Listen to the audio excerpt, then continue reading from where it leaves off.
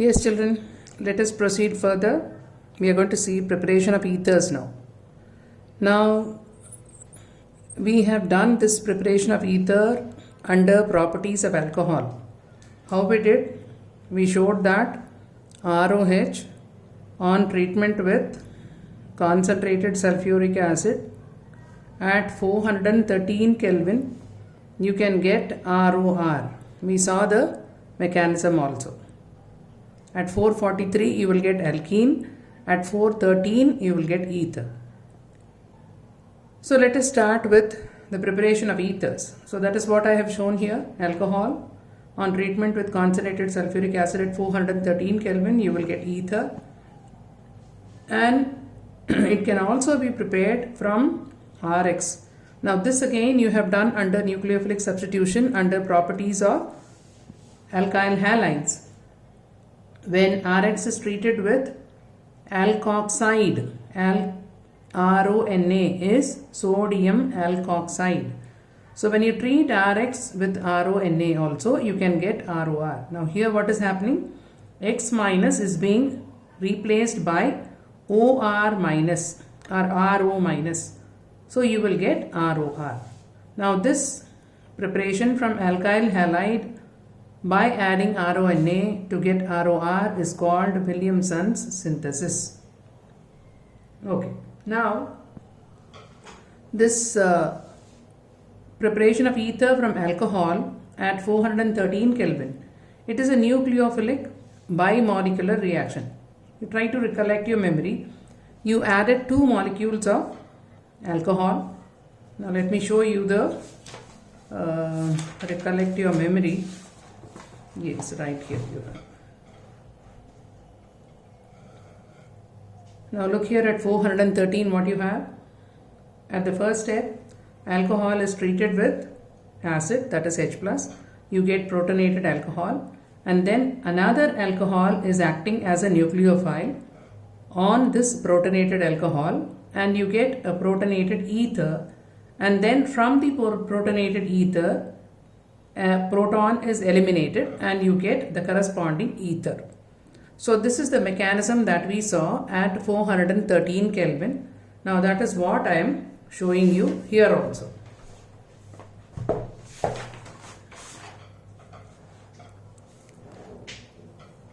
Right?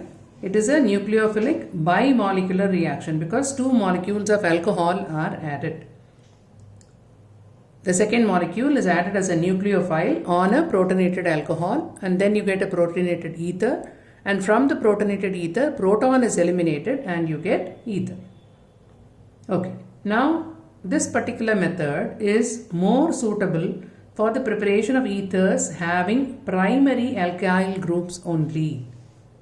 This R group should be primary, only then it is suitable, and the temperature has to be low. At 443 you will get alkene, so the temperature has to be comparatively low, that is 430. Now if you are using a secondary or a tertiary alcohol, what will happen? Supposing if it is a tertiary alcohol, you know very well that concentrated sulfuric acid is also a dehydrating agent. So it will undergo dehydration and give you an alkene. Same way, the secondary alcohol also will follow SN1 pathway. However, preparation of ethers from secondary and tertiary alcohol is unsuccessful. Okay? Secondary and tertiary alcohols, if you want to prepare an ether, it will follow SN1 pathway. But secondary and tertiary alcohols, using this for the preparation of ether is unsuccessful. Why it is unsuccessful? Because in the case of tertiary and secondary, elimination competes over substitution, and thus alkenes are formed and not ether. So what you will get, the major product that is produced will be alkene and not ether. That is why secondary and tertiary alcohols are not suitable. And you can't prepare mixed ethers also by this method. Why you can't prepare? Because the yield is poor. Why it is poor? Say for example you are taking methanol and ethanol. you expect methoxyethane. Now when you are having methanol and ethanol in a medium, you cannot restrict methanol to react with another methanol, or methanol to react with ethanol, or ethanol to react with another ethanol. So the combination may be anything. Supposing you are having A and B, it may be between A and B, or it may be between A and A, or it may be between B and B also. All the possible combinations are there inside the medium. With the result, what you will get a mixture of ethers. You will not get only one kind of ether. You will get methoxyethane, you will get methoxymethane, and you will also get ethoxyethane. That is why you can't prepare mixed ethers by this dehydration of alcohol, and from secondary and tertiary alcohol also to get an ether is not likely, it is not possible, because elimination supersedes substitution, and hence alkenes are more preferably formed. So for a primary alcohol alone, you can get the corresponding ether formed. Now what is the next one? That is Williamson synthesis. Now in this case, you know very well, you have already done in alkyl halide chapter. Rx plus RONA, you will get ROR plus NaX. We have not done this in detail, we have to do this now in detail. Now here, this Rx that is used, it has to be primary. This is very, very important. And this RONA, it may be any complex RONA. That is, R may be complex, it may be a bulky R group, but Rx should not be other than primary. It cannot be secondary or tertiary. Now supposing you take C2H5Cl and C2H5ONA, you will get C2H5O C2H5 plus NaCl. This is simple Williamson synthesis for the preparation of symmetrical ether, because RONA is also having the same R, Rx is also having the same R. Now if you are having C2H5Cl and this bulky RONA, that is tertiary butoxide, sodium tertiary butoxide. Now in that case, you will get a mixed ether. So CH3 thrice O C2H5. So this is the mixed ether that you are expecting. Right? Now in case, if you take a tertiary halide and you treat it with a simple RONA, that is C2H5ONA, then what are you going to get? You will expect that it should be CH3 thrice O C2H5. NaCl should go and this C2H5O group should come here. So you will expect this ether to be formed. But unfortunately, the C2H5O minus, which is derived from the C2H5ONA, will act as a better proton acceptor, and it will not act as a nucleophile. Now if it has to give you this, then C2H5O minus should act as a nucleophile, which will replace Cl minus from the tertiary butyl halide. But it is not acting as a nucleophile, it is acting as a proton acceptor. Now if it is acting as a proton acceptor, then what will happen? Now look at the possibility. This is your tertiary halide.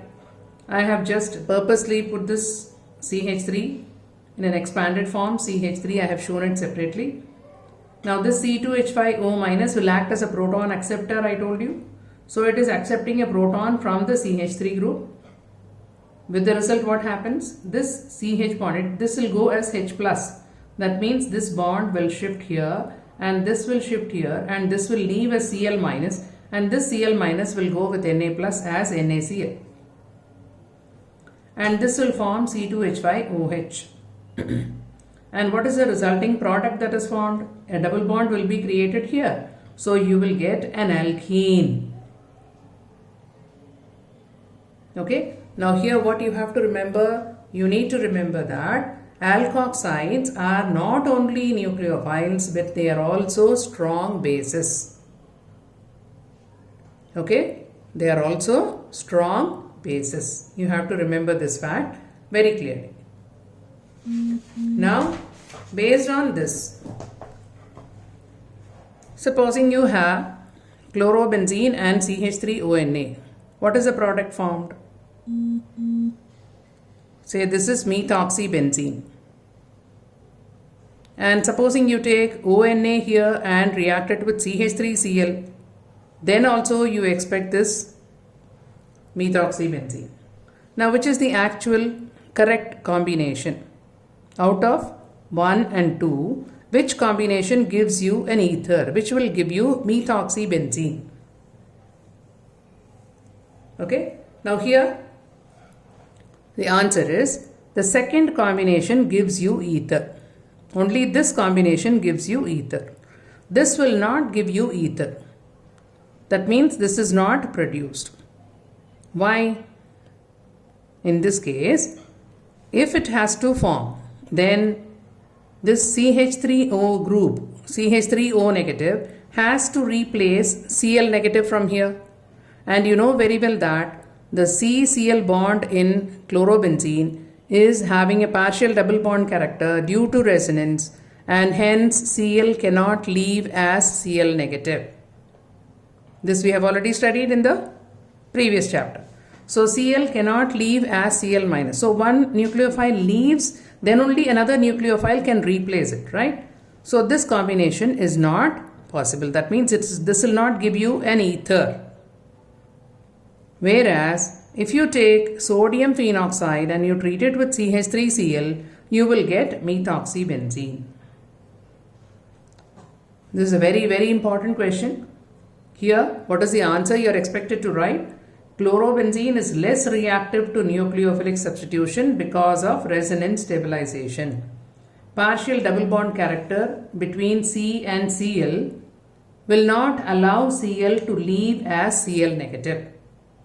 So, nucleophilic substitution is not possible in this combination.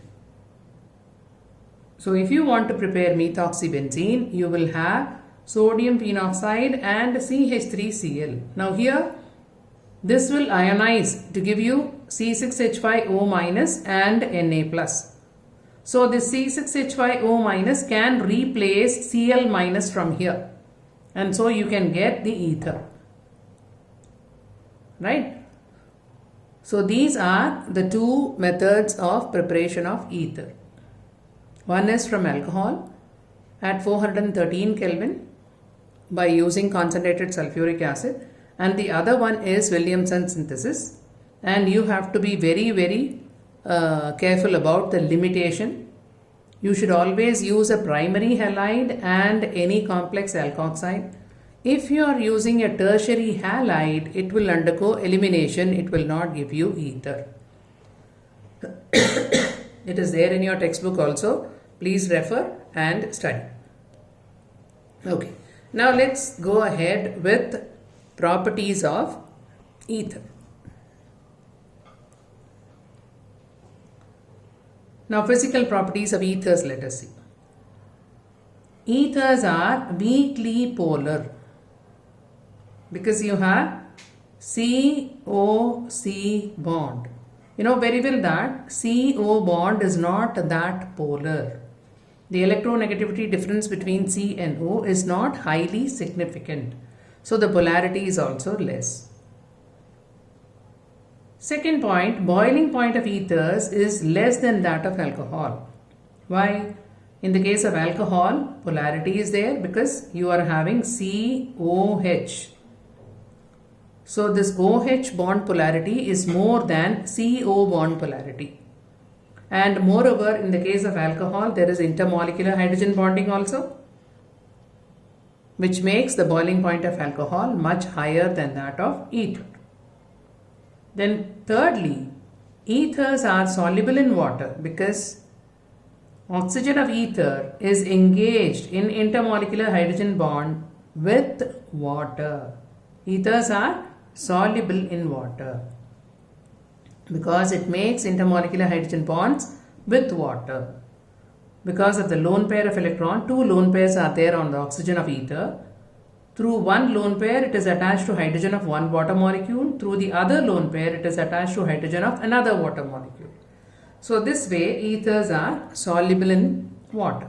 Again, in the case of ethers also, if the R group is bulky, then the solubility is less. Because hydrophobic interaction will be more, with the result solubility will become less. Now let us see chemical properties of ethers. Okay, ethers are least reactive. That is why you are using it as a solvent. One big reason. Then in the case of ether, you are having COC. This is ether, right? Now CO cleavage in ethers occurs under drastic conditions with excess of HX molecule. Now let us see what happens when an ether reacts with HX. Now when HX is used in excess, then what you will get? You will get RX and water. Initially, if you are using HX, you will get RX and ROH. And that ROH, when it is reacting with HX, it will give you RX plus water. So when HX is used in excess, the products are RX and water. But if HX is used in a limited quantity, then you may get RX and ROH. Now if a phenolic ether is treated with HX, this is phenolic ether, alkoxybenzene. When this is treated with HX, you will get phenol plus RX. Why phenol? Why this RO minus cannot go? Why it cannot be replaced by X minus?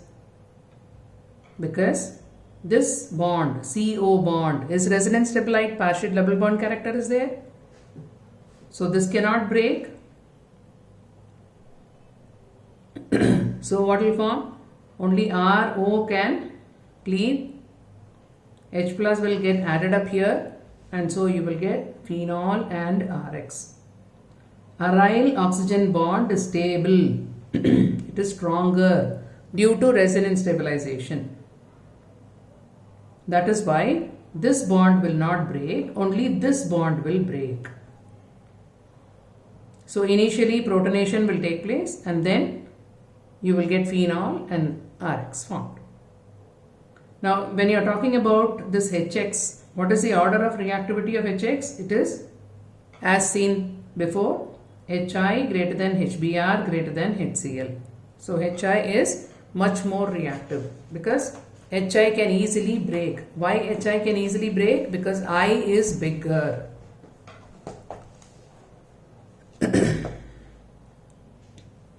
Now, if the alkyl group surrounding the ethereal oxygen means this oxygen.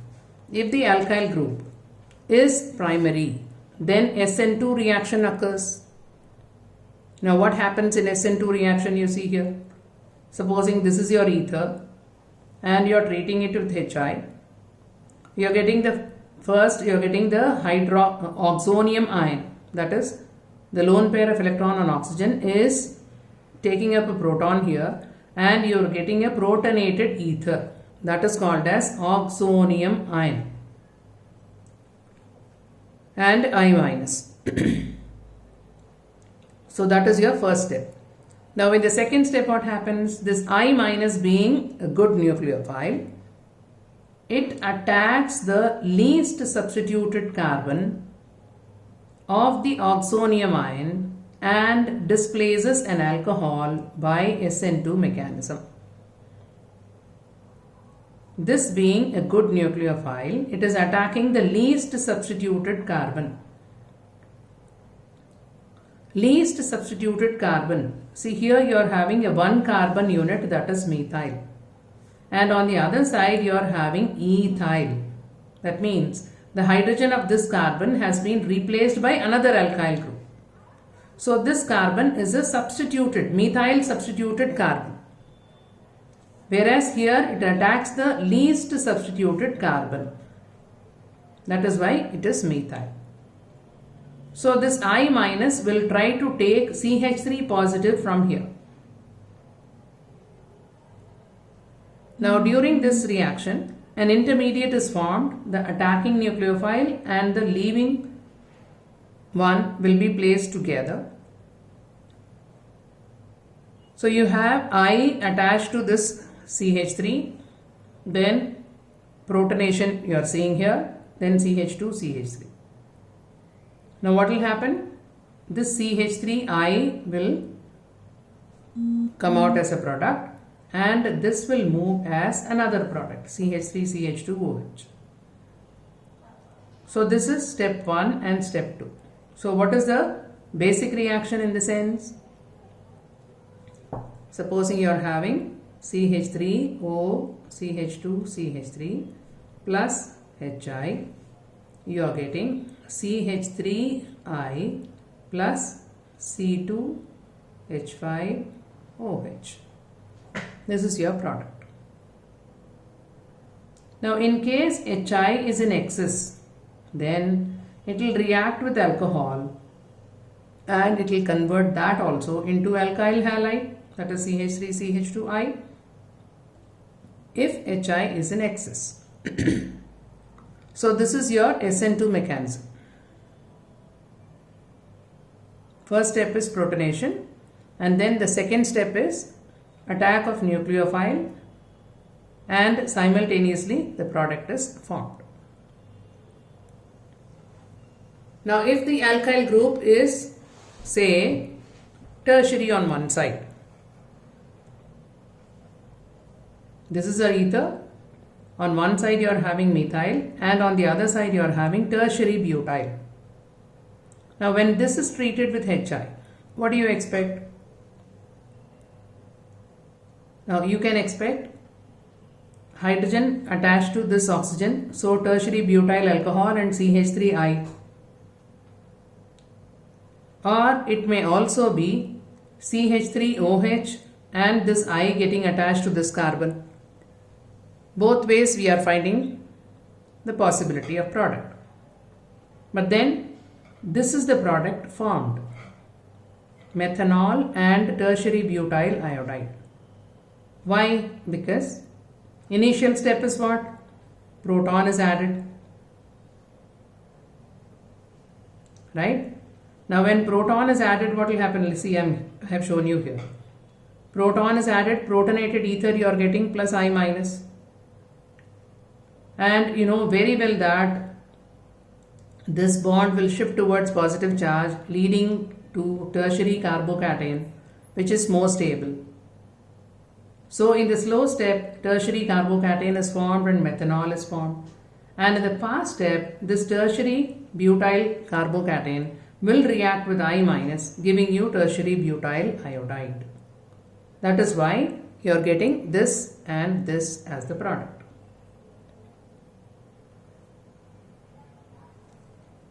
Right? Now when you are having, say, methoxybenzene and HI. Again, first step is protonation. Hydrogen is attached to the lone pair of oxygen, lone pair of electron on oxygen. So you are getting this protonated ether. Now you know very well that this bond is resonance stabilized. So this CH3CO bond will shift to neutralize the positive charge on oxygen. With the result, what will happen? Phenol will be produced and methyl group will be left over, and this methyl group will react with I minus, giving rise to CH3I. Because this C6H5O bond is strong due to resonance stabilization. So this will not break here, only this will break. That is CH3O bond will break. So the product is phenol and methyl iodide. Now this is again a very important question. They will give you, if methoxybenzene is treated with HI, the products formed are phenol and methyl iodide and not phenyl iodide and methanol? Why? This is a very, very important question. So, here you will write that after protonation of this ether, since this CO bond is resonance stabilized, the cleavage will take place between O and CH3. That is why the products are phenol and methyl iodide and not this. Right? So this is a very, very important question. Now you have so many other reactions under this category. Predict the products of the following reactions. Now I have given you an alkene and you are treating it with diborane followed by hydrolysis in the presence of alkali. Try to remember, this is hydroboration oxidation reaction. This will follow anti-Markovnikov's addition. So the product that is formed is primary alcohol. Now if alcohol is subjected to, if the vapors of alcohol are passed through a copper tube which is maintained at 573 Kelvin, then you will get the corresponding aldehyde formed. Now if phenol is treated with aqueous bromine, you will get tribromophenol. If tertiary butyl alcohol vapors are passed through copper tube at 573 Kelvin, you will get the corresponding alkene. This we have seen already, tertiary butyl alcohol if you are using, then elimination will predominate. Now supposing the question is, how will you convert toluene to benzyl alcohol? So what you can do, toluene, you subject it to chlorination in the presence of sunlight. In the presence of sunlight, it is benzyl hydrogen substitution. So you will get benzyl chloride, which on treatment with aqueous NaOH, this Cl can be replaced by OH and you will get benzyl alcohol. And if you are having this ethoxybenzene and treated with HBr, HX, in the case HI, HBr, the reaction is always the same. And I told you that it is only this bond that will break, this bond will not break because of resonance stabilization. So you will get phenol and alkyl bromide.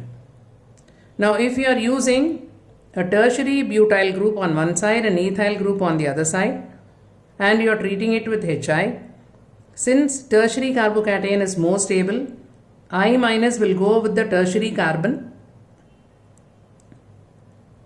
and so you will get the corresponding tertiary butyl iodide and C2H5OH. This is one reaction. Now if phenol is treated with chloroform in the presence of aqueous NaOH at 340 Kelvin, you will get 2-hydroxybenzaldehyde, which is also called as salicyl aldehyde.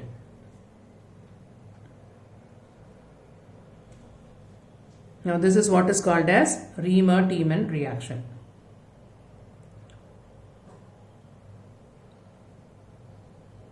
Now in this case you are having an alcohol and it is treated with HBr, and what is the product you are getting? See, initially protonation will take place, so this will become OH2 positive. So that will get eliminated as water, so the positive charge will be created on this carbon. And then this CH3 group will shift towards this carbon. No, sorry. When this is getting eliminated, then this proton will shift here, and so the positive charge will come on this carbon, and that's why Br is coming here. Let me show you that. Say you have CH3, CH, CH3, CH, OH, CH3, and you are treating it with HBr. So initially it is proton that is getting added. So you will get CH3, CH, CH3, CH, OH2 positive, CH3. Then in the next step what happens? This will get eliminated as water, and so you will have a carbocation, that is CH, CH3, CH positive, CH3. Now let me show you this hydrogen like this. Now this hydrogen will go with the pair of electron towards this carbon. This is what is called as hydride shift. This we have already discussed. This is called as hydride shift. So you will have CH3, C, CH3. Now the positive charge will develop on this. Then CH2, this will become, when this is getting added here, it will become CH2, CH3. Now I minus will add, or Br minus will add to this carbon, and you will get the corresponding product. That is why this product is formed.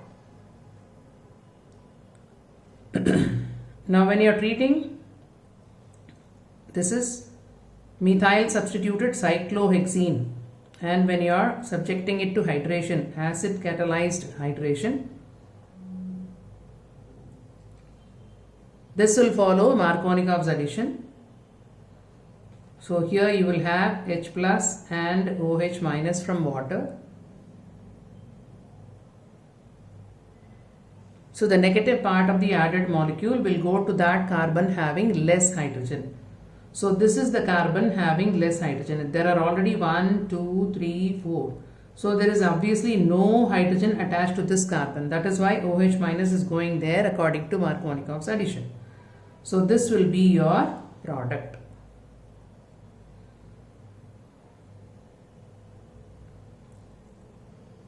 Right? So these are the different questions that are to be seen.